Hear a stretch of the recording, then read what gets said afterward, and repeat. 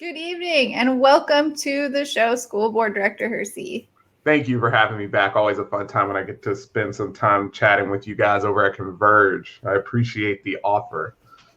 We appreciate your time. Yeah, this is such a ever-evolving topic, and I feel like every day I'm hearing something new about the coronavirus pandemic and what we're doing as a community to stop the spread and save lives. So I appreciate you taking the time to come so frequently and give us the update. So for any viewers who may not know who you are, can you give us a quick introduction of who you are and what you do at Seattle Public Schools?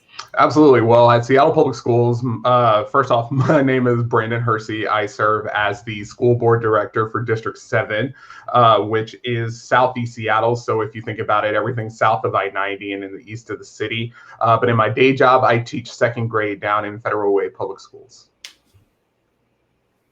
And so can you give us a quick update on what Seattle Public Schools are doing in the way of the pandemic lockdowns? Yeah, absolutely. So as many of you know who have children in our school system, there are currently no in-person services for general education students. So we are not attending school in any way. There are in some circumstances, special education services being offered for students who need those in-person services. We are in the process of determining with rising cases, how do we best continue to serve those students? And though that information will be coming in the following days, I think our key concern is to make sure that while we are doing all that we can to not only meet our legal obligation to serve special education students, we're also trying to make sure that we are building environments that have the least amount of risk possible so that we can continue to keep our employees, our educators, and our administrators safe while they're in buildings as well. So we hear a lot about the decision tree of who is actually looking at the data, understanding the data, and then making the decisions about what parts of Seattle Public Schools are open. Can you talk a little bit about who is making those decisions and how that decision tree works? Yeah, absolutely. So the decision tree includes all players in our system and all of our community, right? So solely the decision lies with the school board, but the school board doesn't act as an independent body. We look for feedback from not only our public health officials, but more specifically our families and our students. But when it comes to making that final decision, it is done in collaboration through the assessment of data with the superintendent, senior staff, our labor partners, and SEA and PASS, which is our principals union. So all of those different organizations and entities would be involved in the making of that decision. But when we're talking about the final vote to determine whether we would re-enter schools or what that would even look like, that rests with the school board. So do you guys have like a consultant that you've hired, or is there an organization that you're working with that is actually looking at this data and understanding it? Because I know for me, Sure. I'm a layman. I'm not a virologist. And so I find myself having to tap experts in a lot of areas to understand, like, what does this even mean? So does the school board have anybody like that they're utilizing? Yeah, absolutely. So we obviously work very closely with the King County Department of Health, but we also have a task force that's running right now that is specifically focused on remote learning that brings members from our community. It's been one of the most attended and sought after task forces that we've had, with the number of applications, if I'm not mistaken, being in the 500s. And they have just started to begin their work. And so that task force will be looking at issues of remote learning in the classroom, services, those types of things. And that is going to kind of be the body that makes recommendations. So they will be meeting directly with, statisticians, getting information about the latest updates concerning coronavirus in our area in the Pacific Northwest. And so they ultimately will be making recommendations on how to not only provide remote learning effectively, but what are aspects that we are seeing that are positives in our system right now, how can we carry those things over to when we eventually do reopen buildings, right? So like access to technology, translation services to materials, figuring out how do we effectively engage parents during this time. Those are all things that I hope that we really start to think about, not only in the context of coronavirus, but how do we do better on a system scale, even when we're in school under normal operations. Right. So speaking of that, I feel like the pandemic just in life really highlighted areas of inequality and inequity and things in the system that were maybe just sludging along and nobody really wanted to look at, but really became glaring and obvious. Are there a few areas in Seattle Public Schools that the pandemic really highlighted when it comes to inequity and equality? Yeah, I mean, a lot of those areas we've talked about before here on this program. I would say that the chief concern would be access to not only technology, but reliable internet. And we're addressing that not only through one-to-one devices, but also in our legislative agenda and in our conversations with other factions of government. We have prioritized the need for municipal broadband in our legislative agenda, which means that we are coming together as a district saying that this is something that we want to be a part of the solution in figuring out and making sure that folks have reliable access to internet. We're able to do some things as we've, again, talked about before, like providing hotspots and coupons and vouchers and things of that nature, but that's not a sustainable solution. And that definitely does not go far enough to meet the needs of our students. In some extreme circumstances, we've even been able to support our families with right now needs funding, which would allow folks to pay rent, buy food, pay internet bills, this, that, and the other. But the primary focus needs to be on how do we recognize this as an issue that doesn't only affect Seattle, that affects so many places across our state. And where do we as school districts, especially the largest school districts in the state, what role do we play in expediting the advancement of that goal, right? How do we play a part in getting further to a point to where we have reliable municipal broadband or some type of public internet option for our families and our students?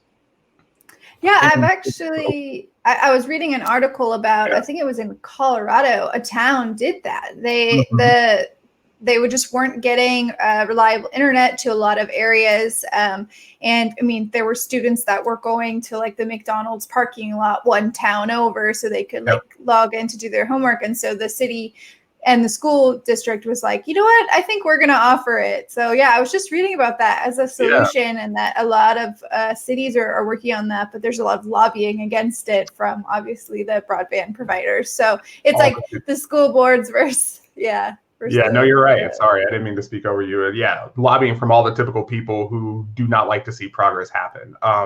But yeah, what I can say from the perspective of the schools is that we see our role very clearly here in terms of advocacy and are prepared to do all that we can to push that initiative forward. I would also say that we are, or at least I am, noticing an uptick in mental health issues that are coming about, especially from my own students in Federal Way and based on my conversations out in community. As we go into the holidays with new restrictions on the size of our in-person gatherings and whether those in-person gatherings should be happening at all, there is the potential for mental health to become a greater priority for people in terms of seeking help and support. So I'll be sure to send over the link to all of the resources. There's about 20 different resources that we have available in partnership out in community. And by we, I mean Seattle Public Schools. I'll be sure to share that link. And I just want to urge everyone, if you need to talk to somebody, please reach out to someone on this list, set up an appointment, because no one needs to suffer in silence. These times will only get harder if we're not doing all that we can to reach out to one another and to support to support those who are in need. And so I just want to really encourage folks to take advantage of the resources that are available to them. Great. So you're going to send over that link so we can put that there in the comments for everybody.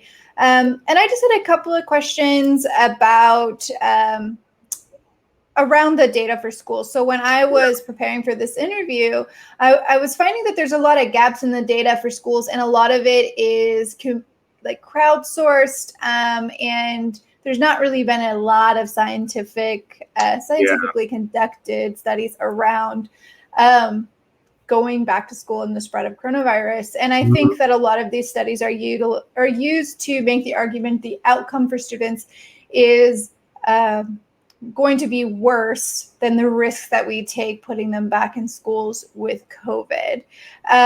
Seattle, I feel, has been very conservative in this, in keeping kids at home and not taking that risk. Can you speak a little bit about kind of Seattle's perspective on this concept of outcomes versus safety? Yeah, I mean, I think that it really can't even be, the conversation that we have around that can't just be Seattle specific. It's got to be, in my opinion, quite frankly, what are we doing to keep our students safe and healthy and keep their families alive versus what are the potential outcomes from missing this time of in-person education? And as an educator myself, teaching second graders, some of our most vulnerable students, what I will say is that kids are incredibly resilient. And when we're thinking about all the risks that come along with children potentially going back to school, carrying the virus back home, especially to generational households, I don't see how an individual could look at everything that's happening across our country in states where coronavirus is exploding beyond all measure and not really have a clear understanding of what is the pathway forward to slowing the spread and eventually moving past this virus. There was actually just a study that came out in the from the University of Princeton where it showed that coronavirus in children are actually beginning to be seen in the largest coronavirus case tracking study, that there's new evidence that children could be key to the spread of coronavirus, right? So I say that to say that, as you mentioned before, the evidence is very, very conflicting. We frankly just don't know. And in situations like this, it is our job as elected officials and the leaders of the system to be conservative with the health and the safety of not only our children, but their families and the communities in which they live, learn, and play. So we have to be prepared to make those decisions and do everything that we can on the back end to ensure that we're making up for as much missed educational opportunities as possible. But for right now, as we even start to see our cases in King County continue to spike, we have to do what we know is right and continue to move forward with a remote model in the interest of keeping our students and their families safe. Right. And I know for Washington anyway, you know, when the recommendations were put out by the governor about, you know, who's in a low risk category, something like only 5% of the school districts in the entire state are actually even qualify for this low risk area. And that there, you know, we have seen, you know, just around 16,000 school-age people get coronavirus, and we've even lost, something like 20 lives of school-age children to just in Washington State alone. So I feel a lot of times when this data is used, it's definitely not making any considerations for those multi-generational families, people with, pre-existing conditions, things like that. A lot of these decisions are being made based on a very narrow perspective of what outcomes are, so. Absolutely. And I think that you're exactly right in that. And I think that that's a valid concern, right? Like from the vantage point of an individual who has their child at home, who is struggling through whatever their online schooling situation looks like, I get it. You are concerned for your child, and we are too. But what I want folks to remember is that the only way that we are going to get past this virus, the only way that we are going to get back to some sense of normalcy is that if we make the tough decisions right now. And I would just say that when we hold things on balance, when we look at the educational outcomes versus the potential death and loss of life, that we always, always, always have to err on the side of caution, because the alternative is just what you mentioned. One life lost from Seattle Public Schools, one life lost from the state of Washington is one too many when it could have been prevented in the interest of keeping our children, their families, and our community safe. Well, thank you so much for your time today. We really appreciate it. And I know we will be talking again soon.